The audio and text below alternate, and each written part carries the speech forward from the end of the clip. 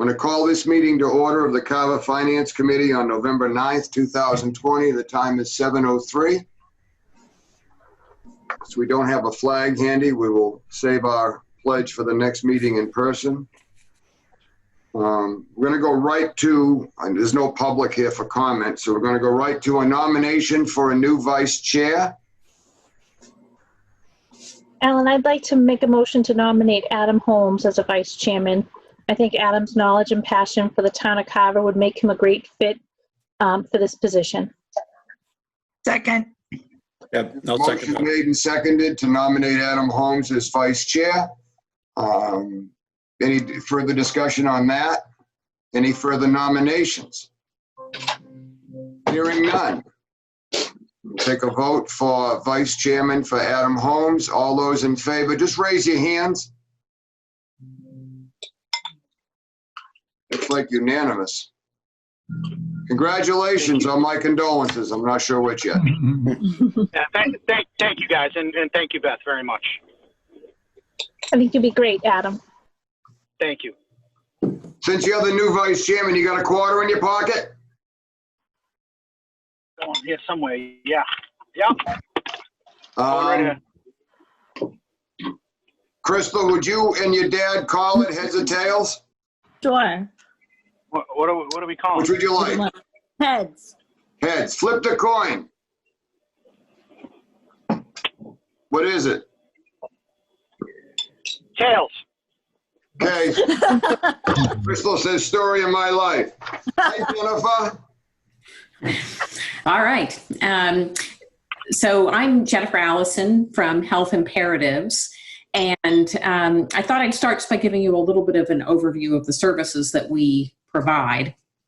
And our mission is really to serve low-income and vulnerable individuals and families all across southeastern Massachusetts. So we serve 68 different communities altogether, and Carver is one of those communities and a very important focus of the work that we do. Our goal is really to improve health and safety for individuals and families, and also to strengthen economic security and well-being. So in fiscal year 20, we served a total of 152 residents of Carver. And already in the current fiscal year, just in the first quarter of this fiscal year, we've served 116 residents. So we're on pace, we feel, to significantly exceed the number served in the last fiscal year. And the majority of the clients that we have seen thus far, and this is true in prior years as well, the majority of the people that we see are participants in our Women, Infants, and Children Nutrition Program, which is one of the three major programs that we provide to residents of Carver. So that program supplies free supplemental foods, milk, vegetables, whole grains, baby food, infant formula, and it also serves as a nutrition education and counseling program. Every month, the participants in that program meet with our staff, nutritionists and nutrition assistants, who provide them with nutrition education, and they're able to monitor their progress in meeting their nutritional needs to make sure that they're getting the food that they require to maintain a healthy diet for themselves and for their children. The program also provides breastfeeding support. It serves pregnant, breastfeeding, postpartum women, infants, and children up to the age of 5.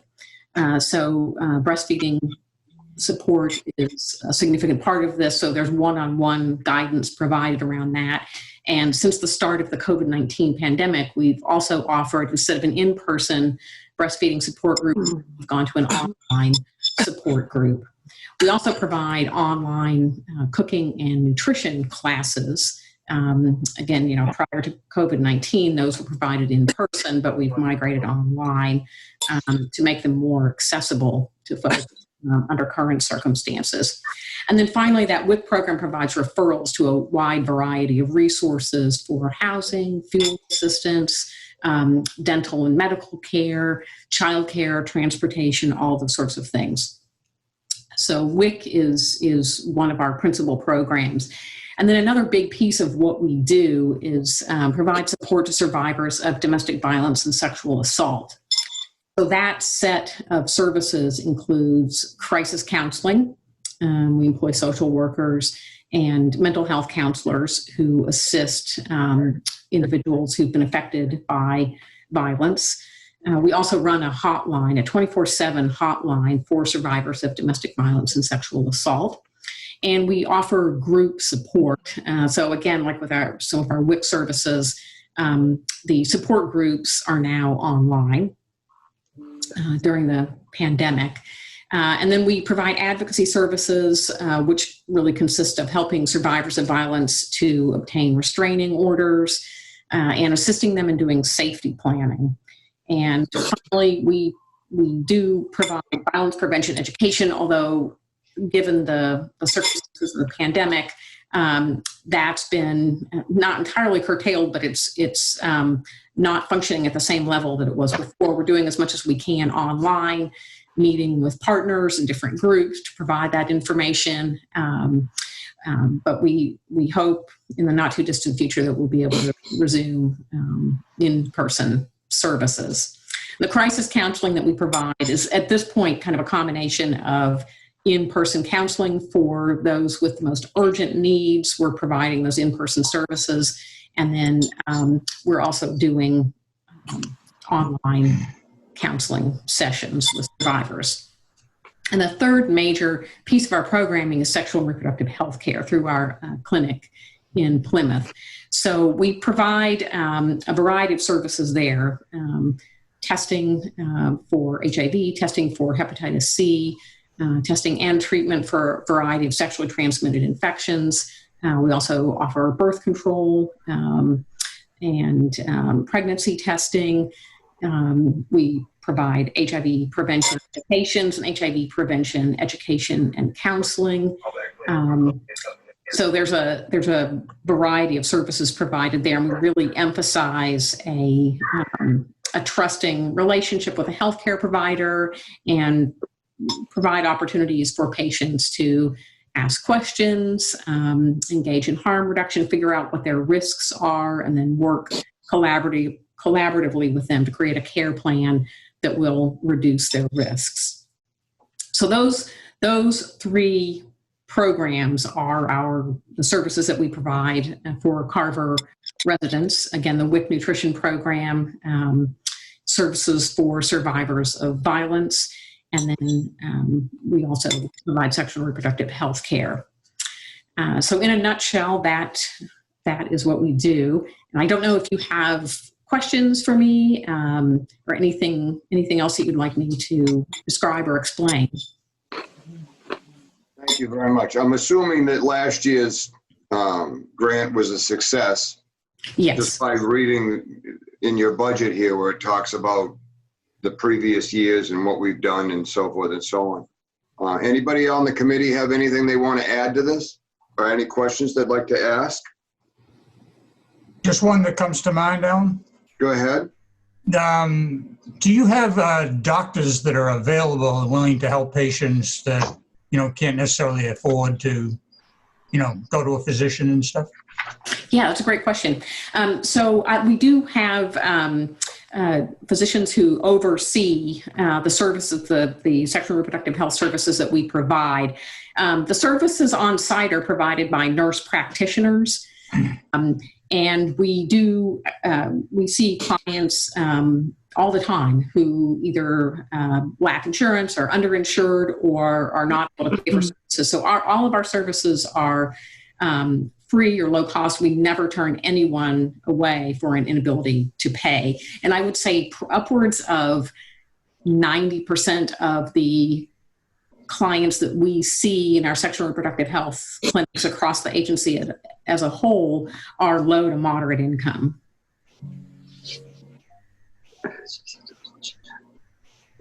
So this program went specifically, well, not specifically, but served 152 Carver residents in the previous year. That's what that previous grant did? That's right. Yeah, 152 people. Again, the majority of them were participants in our WIC program, and then a significant portion received sexual and reproductive health services, and a smaller number received services for survivors of violence. That's sort of how it broke out. Okay. Now, as you know, our grant program requires 75% of the funding go to the Carver residents. Would you estimate that that amount was expended to those numbers? Yes, absolutely. Yeah. Expended 100% for services to residents of Carver. Oh, really? Oh, yeah. The cost of our services for residents of Carver is around $90,000 a year. Really? Yeah.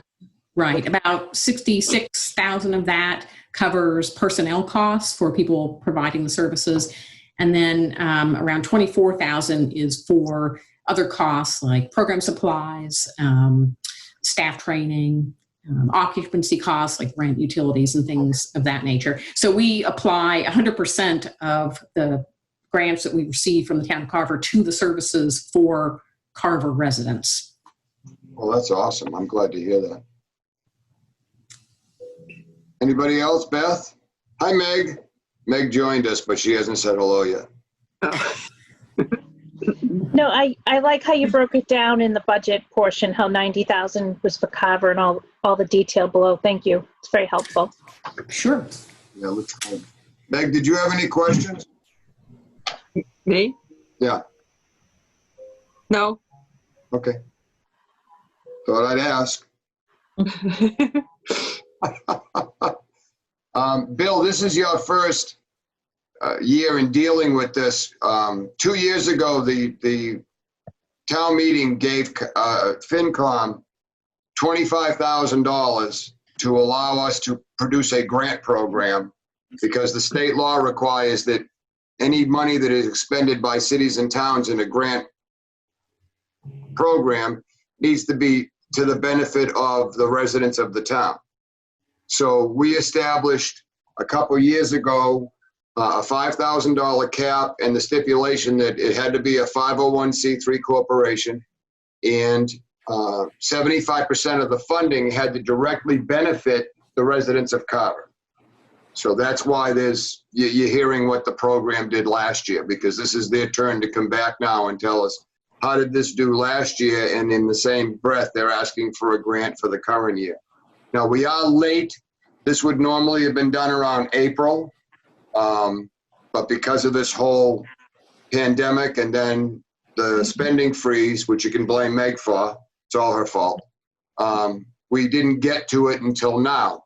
So with the holidays coming up, at the last meeting, you were there, Bill, we took a vote as a group and really thought it was important to get these two grant applications in.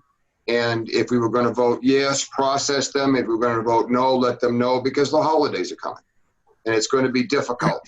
I think this whole year has been difficult. So I got the okay from Meg and Rick to move forward with the grant funding, so we can go ahead and do it. And that's why we're here tonight. So anybody else have anything they want to add? That's a quick question for Jennifer. In the application, you referenced 68 cities and towns you guys support today? Right. That's great. Are you going through this grant process in other cities and towns locally? Are you guys sort of dividing and conquering, or is this unique at all what we're doing here? Or just curious how often you have to go to these types of meetings, or what that process looks like.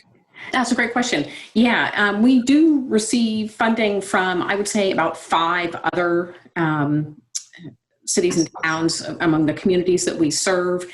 And then we raise funding from foundations and corporations. We're raising at least $750,000 a year across all the different communities that we serve to support the programs and services that we're providing. Thank you.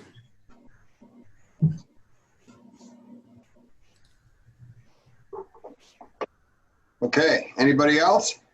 Hey, just to follow up, Alan? Go ahead, Bill. The the doctors that are available to you, do they treat or just advise?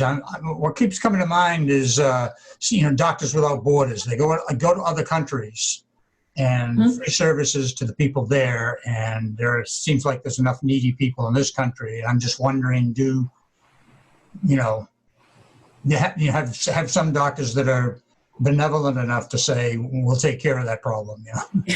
Yeah, the doctors that we have serve as our medical directors, so they are overseeing the care that's being provided directly by our nurse practitioners. So they're really advising and reviewing cases with the nurse practitioners, helping to train the nurse practitioners. So that's the role that those physicians have in the organization. They're our medical directors. Anyone else? Then I will take a motion on this grant application.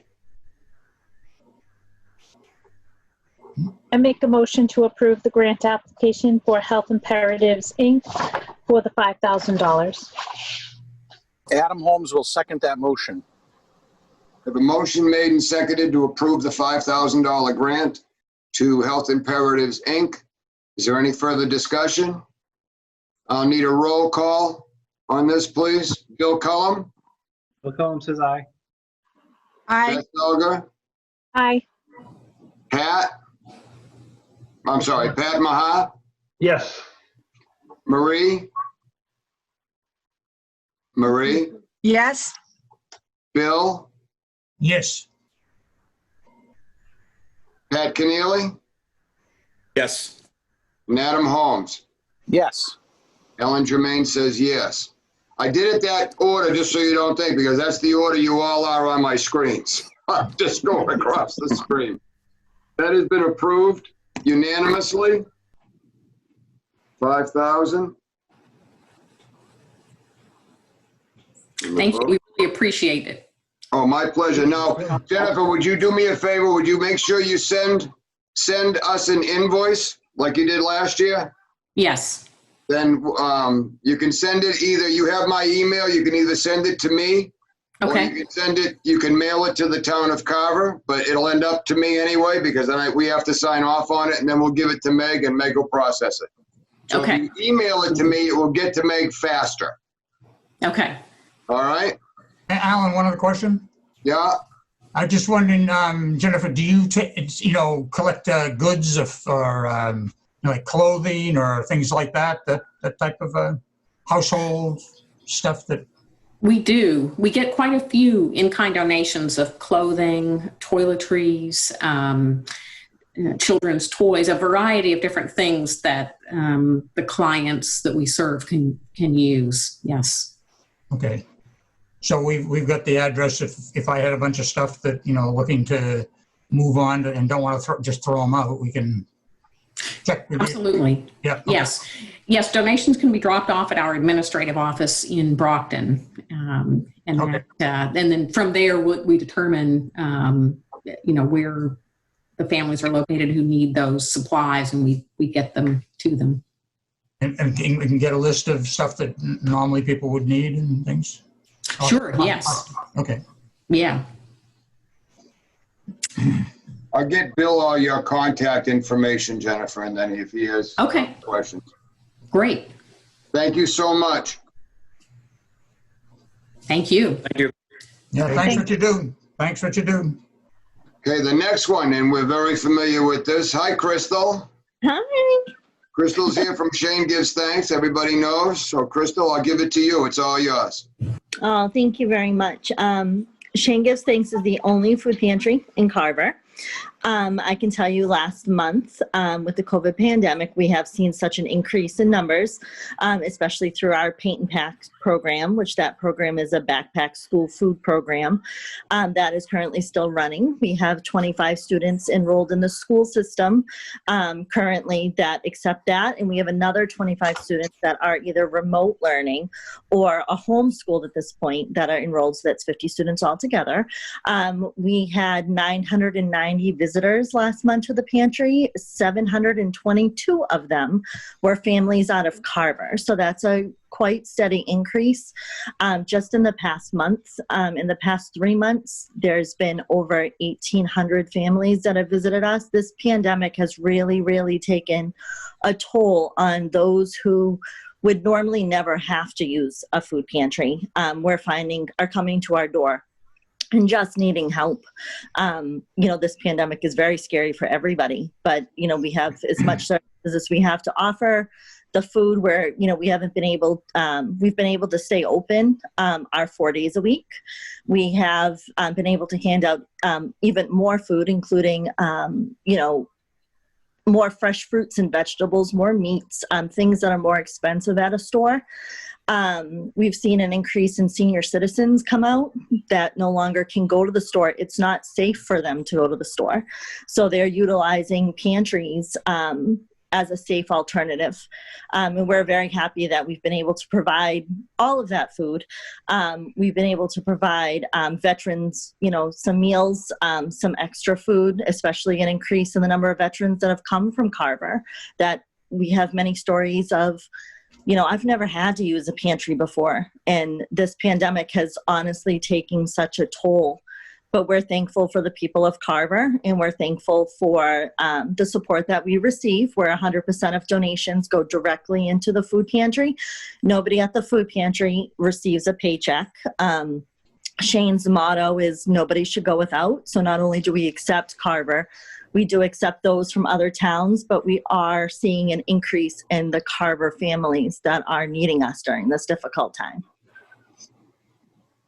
Thank you, Crystal. You made it tell me 900 families from Carver in the last, how many months? The last month?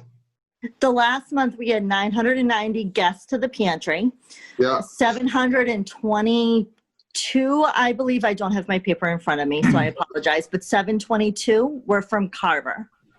And there's an increase every week of the number of families that are coming out, especially in Carver, that are just needing that extra help. And the holidays are coming, and people, for instance, I've been going to my grandma's house for 30 some odd years, and this year is the first year that I can't go to my grandma's house. A lot of people, are really, this has taken a toll, and we're having such larger families as well. We had a family of 12 sign up the other day. Really? Yeah. I said this before, and I've said it several times. It's sad that there is a need for this, Yes. but thankfully there is a place to go. So I think what you guys do is really unique to the town. There's no question that it serves the town. Thank you. Anybody else?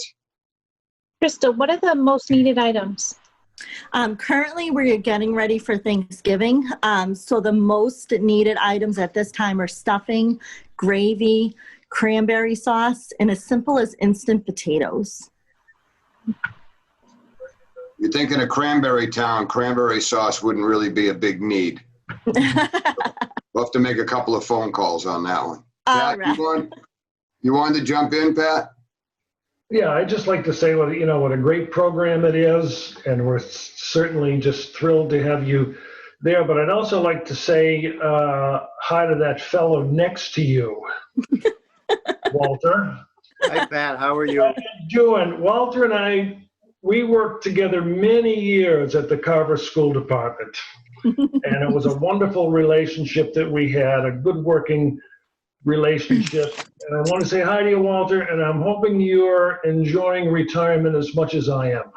I work harder now than when I worked. Good to see you, Walter. And thank you for doing this. I stopped in to drop off the application a couple of weeks ago to get the new application in for them, and Walter was the one that was schlepping boxes. That's all I know. So I think he's working. This is his retirement, I'm sure. But he was carting stuff around, so he was the chief cook and bottle washer when I saw him. He does a great job. It's a good thing you've got. How's Shane doing, by the way? He's doing great. He's enjoying 8th grade very much. Is he still remote or is he in person now? So he's hybrid. He does 2 days in and he's 3 days home. So he drives you crazy for 3 days. That's okay. Yeah, well, drives Papa and Grandma crazy for 3 days. I called Beth earlier today and there was children in the background because she was homeschooling and homeworking and home. And I think she had a vacuum cleaner going besides. I don't know how you do it, Beth. God bless you. Anyone else jumping in on this? For Shane gives thanks? I think it's pretty obvious. We all know what they did with the money we gave them last year. And these numbers, frankly, they astound me. You wouldn't think, I mean, we think that we live in an affluent time and we live in a very comfortable town and everybody's, you know, cozy. And everybody needs a little help sometimes. You know, but then we get numbers like this. And I think the reality of it is it's the wake up call for a lot of people that would never realize it. So that's why I'm bringing it up because I think it's necessary. And I think what you do is a good thing. Thank you. Thank you, Crystal. Thank you. You're welcome. With all the thank yous, I'll be happy to take a motion on Shane Gives Thanks. Mr. Chair, I'd like to make a motion that we approve the grant request for Shane Gives Thanks. I'm seconded. We have a motion made and seconded to approve the $5,000 grant request for Shane Gives Thanks. Is there any further discussion? Hearing none. All those in favor? I'm going to do a roll call again. Bill Cullum? Aye. Beth? Aye. Pat Maha? Yes. Marie Zwiegman? Yes. Bill Duggan? Sorry. Yes. Adam Holmes? Absolutely. Yes. Pat Keneally? Yes. Ellen Germain says yes. Crystal, you know the drill. Send me a bill. Okay. The sooner you get it to me send me an invoice. I will. For the $5,000, the sooner you get it to me, the sooner I get it to Meg, the sooner you get a check. Okay. Thank you. You still with us, right? Thank you. Thank you. You're very, very welcome. Hey, Shane. Thank you. Bye. Bye. Hello, Meg. Thank you. I think Meg shut everything off. Meg, are you still there? Yes, I'm still here. All right. Would you tell both Jennifer and Crystal from the time I send the approval to you, what's the time frame on them getting paid? So normally what I would say is if you submitted it by Wednesday, it would be cut by the following Thursday. But because this Wednesday is a holiday, if you get it into me tomorrow, I'll make sure that it's on the warrant that has a check dated next Thursday. Okay. So if it's important for you to get this funding prior to the Thanksgiving holiday, which is really coming up real fast, if you can get me the invoices in my inbox tomorrow, I'll get it. I'll approve it tomorrow night, sign off on it when I get back home. I'll send it right to Meg, so she'll have it, so we can get you on the warrant for the next set of checks to go out. Awesome. Thank you very much. All right. Hey, Crystal, I was curious, with all this demand, how are you guys holding up for as far as sort of people hours? Do you have enough people, or do you need, like, as the holidays come, do you need volunteers? Are you looking for time and people? We will be. As of right now, with the COVID pandemic, we are limiting the number of volunteers that we have just to keep everybody safe. Yep. But volunteer opportunities are always posted on our Facebook page. So if you're looking for volunteer opportunities, we do put up there when we need some help. Great. Thank you. You're very welcome. All right. Thank both of you. I think the next thing and the only thing left on our agenda really is the minutes. Everybody get a chance to read the minutes from the 26th? Those that were in attendance at that meeting? If so, I'll take a motion. I make a motion to approve the minutes from October 26, 2020. I'll second that. I have a motion made and seconded. Marie, Beth? Yes. Pat Keneally and Bill Cullum and myself will be the only ones voting on this.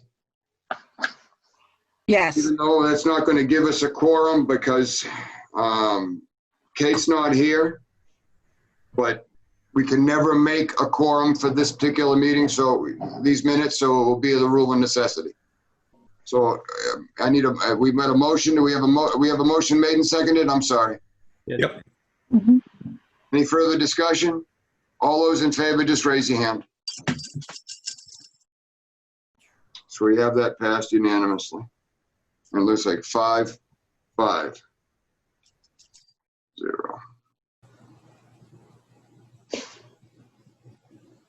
Okay. No topic. Anybody got anything that just came up within 48 hours they want to talk about? Yes, no? Next meeting date. I don't think we really got much going on between now and the first of the year. Meg, I'm going to bring you back in if you want to let us know. Is there anything coming up that we should jump in on before January? No, I mean, from a finance perspective, our big deadlines right now, we're going to the audit. So we'll probably have the auditors come in. Well, they won't be coming into town hall to do an exit conference. I don't know how they'll do their exit conference this year, probably by Zoom. But that will give you an idea of what the financials look like for FY20. And they always have their management letter where they talk about anything of note financially in the town, internal controls, et cetera. And then also we have the tax rate coming up. Those are the big things coming up in finance. Other than that, nothing that really, in terms of the budget, I sent out budget material last week to departments. Their budgets are due before Thanksgiving. Rick and I are going to be meeting with all the department heads around December 6th or 7th. And then we should start compiling budgets around then. That's it, I think. So at this point, we really do not need a FinCom meeting until most likely January. The only thing in between all of this is there very well may be a joint meeting with the select board. They took up at their last meeting a discussion about the finance committee bylaw, which whether we're going to do a bylaw change request in the spring or they're going to try to further explain the one that's in place now or do away with the whole thing completely or whatever. And it was suggested by several select board members that the FinCom be invited to weigh in on this before they decide what they want to do, whether they want to put forth a bylaw change. So if that should come up, then I'll let everybody know and we can certainly partake in that. I'm sorry, Pat, go ahead. Yeah, sorry. Did that select board meeting, did that occur after we last met 2 weeks ago? Yes.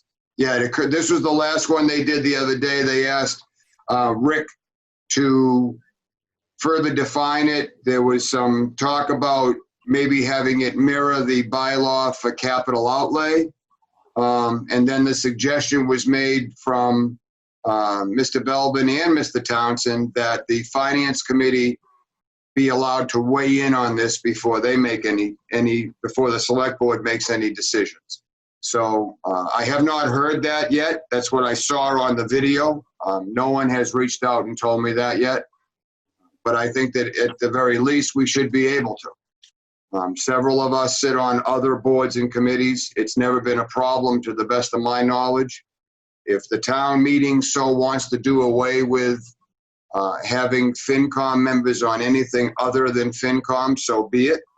But I would like to, if we're going to make that the rule, then I have to agree with Selectman Townsend that the bylaw reflect or mirror the capital outlay committee bylaw, which is very straightforward and not subject to any misinterpretation. There is a small glitch with the employee portion of the current bylaw because we all get a stipend. Because we get a stipend, we get a W-2. Because we get a W-2, we are a employee of the town of Carver. The bylaw forbids employees from being on the finance committee. But of course, the stipend thing came in about 4 or 5 years ago. The bylaw for the FinCom was written 25 years ago. In fact, it's specifically stated in that old bylaw that the FinCom shall serve without pay. So there's a lot of changes that have been made. That obviously that was voted to be removed from the bylaw at the last town meeting because the wording was wrong, because they had given us a stipend 4 years ago or whatever it was.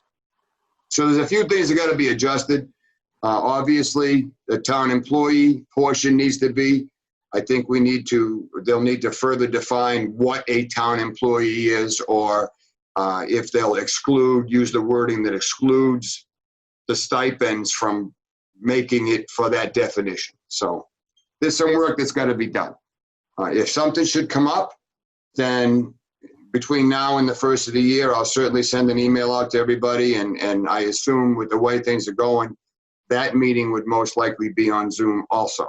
I tend to doubt they're going to bring all of us in, as well as the select board and recording secretaries and so forth, unless this thing miraculously grows wings and flies away. And I don't think that's going to happen. So that's all I got. Anything else happens, of course, I'll let you know. Anybody else? Nothing? Adam, you got a success speech for us? The acceptance speech? Adam's not talking. I don't. I got nothing for you. You got nothing? I got nothing for you. Thank you guys, though, very much. I appreciate it. Congratulations. Congratulations, Adams. I think you do a great job. I'm really happy to hear that. I guess that's it for everybody then. So I'll take a motion to adjourn and we can cut loose. Motion to adjourn. Second. There we go. Motion made and seconded to adjourn. Any further discussion? Have a great holiday season, everybody. Yes, all of you. Safe, happy holidays. Everybody. Pat, good seeing you again. Well, good to be back. Good to see everybody. Hope we can continue. I am glad that we did the Zoom meeting tonight, because it was especially important because of the election for a vice chair. I did not want you excluded from that. Good. And I knew that if we held it in person at Town Hall, you may not have come. So I'm glad that we did it this way. I hope George Callahan's doing all right. I've reached out to him a couple of times, but I have not spoken with him. I'm going to try to find out what's going on with that. I know that I had thought that there was some health things, but I'm not exactly sure yet. So I hope he's fine, but I'll let you guys all know. So that's it. Motion made and seconded to adjourn. We are all good to go. All those in favor? Aye. Aye. Aye. That's it. Thanks, guys. Happy Thanksgiving.